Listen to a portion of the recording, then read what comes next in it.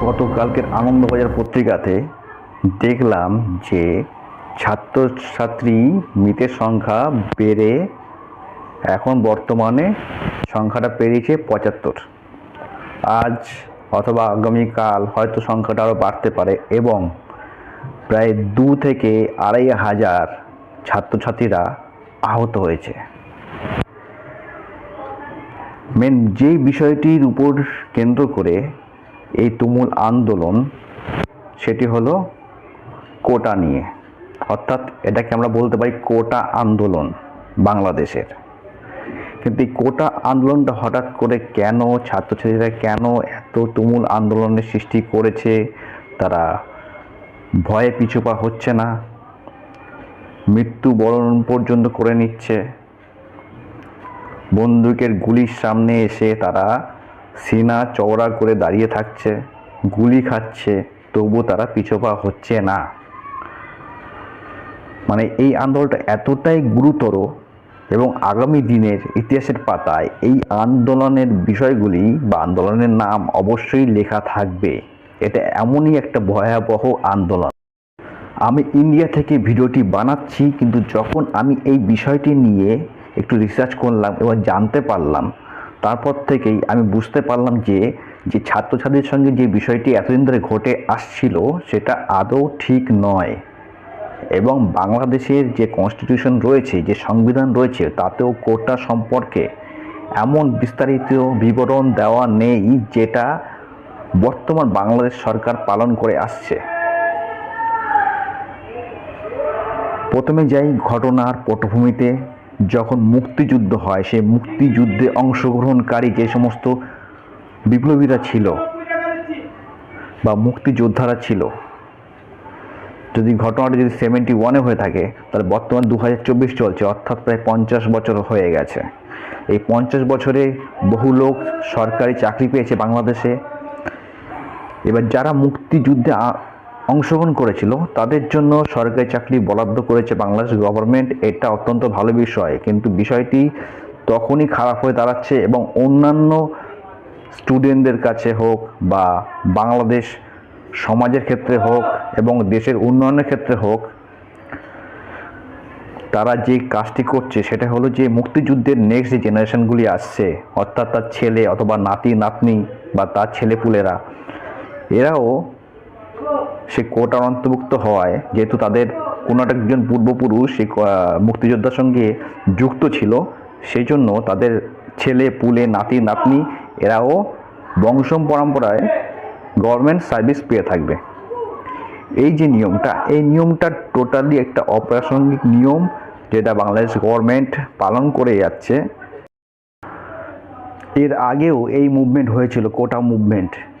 এরপর 2018 সালে শেখ হাসিনা টোটালি যত কোটা ছিল সমস্ত কিছুই বাতিল করে দেয়, যে কোনো রকম কোটাই থাকবে না। সে প্রতিবন্ধী হোক, নারী পুরুষ নির্বিশেষে কোনো রকম কোনো কোটা থাকবে না। এরপর যারা মুক্তিযোদ্ধা যে সমস্ত লোকেরা বা তার জেনারেশন, এরা কি করে, এরা হাইকোর্টে আপিল করে এবং পরবর্তী ক্ষেত্রে এরা জিতে যায়। ফলে কি হয়, তাদেরকে আবার সেই আগের মতোই সেই সুযোগ সুবিধাগুলো দিতে হয়। তো এটা নিয়েই বর্তমানে যে আন্দোলনটা চলছে সেটা হলো এই মুভমেন্ট, কোটা মুভমেন্ট। এইবার ঘটনাটি ঘটেছিল 15 তারিখে। 15 তারিখে এই যে ছাত্রলীগ যারা মুক্তিযোদ্ধার সঙ্গে যুক্ত আর কি, এই ছাত্রলীগ কী করে, যারা আন্দোলন করছে তাদের উপরে অ্যাটাক করে।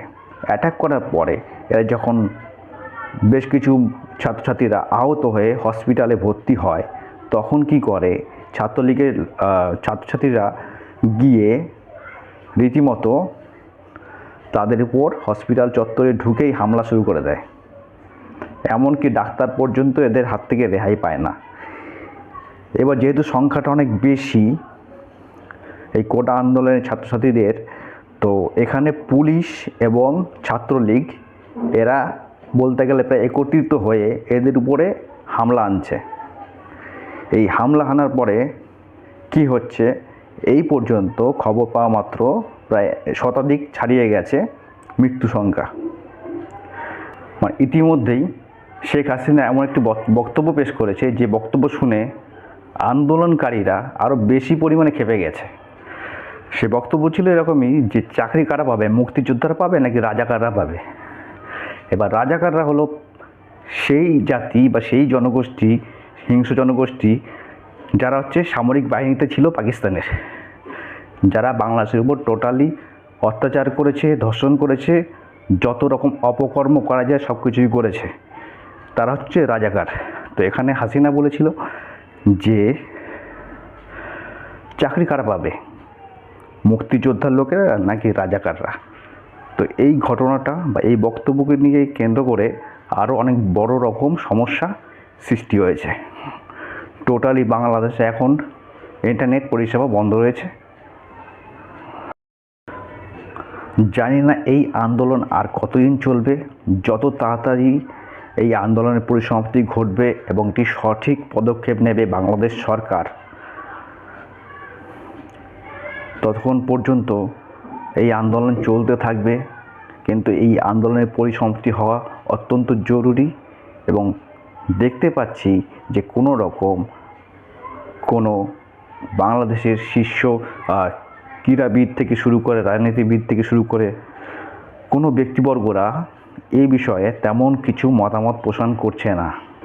ভিডিও শেষে একটি কথাই বলার আছে, সেই কথাটি হলো যে আমি ইন্ডিয়া থেকে ভিডিওটি করছি এবং সমস্ত ঘটনাবলী জানার পরে আমার খুবই খারাপ লেগেছে এবং আমি খুবই মর্মাহত এবং আন্তরিকভাবে দুঃখিত। চাইব খুব তাড়াতাড়ি বাংলাদেশ সেরে উঠুক এবং এই সমস্যার সমাধান যেন দ্রুত